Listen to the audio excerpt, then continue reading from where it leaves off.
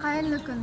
Біз қаламыздағы номер 26 жалпы орта білім беретін мектептің 7-ші сынып оқушылары Оразай Айбат, Жасұланова Гүлдана, қалалық Атамекен балалар жасөспірім туризмі және экология орталығынан ұйымдастыруымен өткелі отырған 17-ші аймақ онлайн-квест марафонына өз таныстыруымызды ұсынамыз.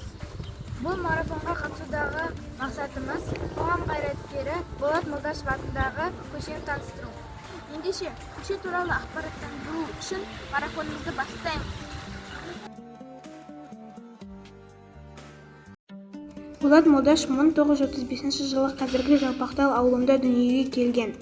Мектепті алтын медальге бітіріп, Мәскеу энергетика институтын бітіріп, еліміздің индустриялық дамуына аса қажетті инженер-энергетика мамандығын меңгеріп, Орал қаласындағы ұзақ жылдар бойы еңбек етті. Ол кезде бүкіл одаққа әйгілі Зенит зауытында бас инженер, Омега зауытында 1977 жылдан бастап көп жыл директор болып, және Орал қаласының әкімі лауазымында жауапты жұмыстар атқарды. Болат Ғинаятұлы сол кезде қазақтан шыққан тұңғыш зауыт басшысы болды. Өте сауатты басшы, келгелі зауыт алға қарыштай бастады. Кешікпей омегалықтардың әлеуметтік және тұрмыстық жағдайлары жақсарды. Қала шетінде Омега атты шағын аудан бой көтерді. Зауытта 5000-нан астам жұмысшы еңбек етті. 1980-1990 жылдары барлығы 17-9 қабатты үй салынған. Тұрғын үйлердің салынуымен қатар зауыттықтардың балдарына арнап Арман, Дельфин, Тюльпан, Аленки, Цветочек сияқты балалар бақшалары және номер 26 жалпы орта білім беретін мектебі салынды.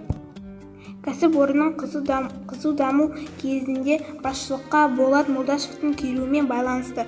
Ол зауыттықтардың бірінші тобын Ленинградқа оқуға жіберді. Омегаға негізі болған 5-ші училищеден жас жұмысшылар өндірістен қол үзбей орта арнайы білім алатын Мәскеу электротехникалық техникумның филиалын ашқызды. 5-ші училищенің ашылуы Омега зауыты үшін базаға айналды. Онда жас жұмысшылар кәсіби ұжымның қалыптасуына үлкен септігін тигізді. Зауыт прибор жасаудың ең күрделі саласы радиотехниканы меңгеру.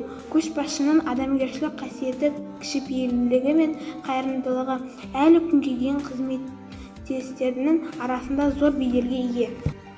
Омегада ғылыми зерттеу жұмыстарымен айналысамын дейтін мақсаткер жас ғалымдар үшін ғана жағдай жасалып, олар орталық зауыт зертханасында өздерінің бірегей ғылыми зерттемелерін өткізді. Болат Ғинаятұлы 2004 жылы құрметті зейнеткер болса да, Батыс Қазақстан облысы аумағында таза су мәселесін шешудің ғылыми-технологиялық зерттеу жұмыстарымен айналысып жүрген шағында кенеттен қайтыс болды.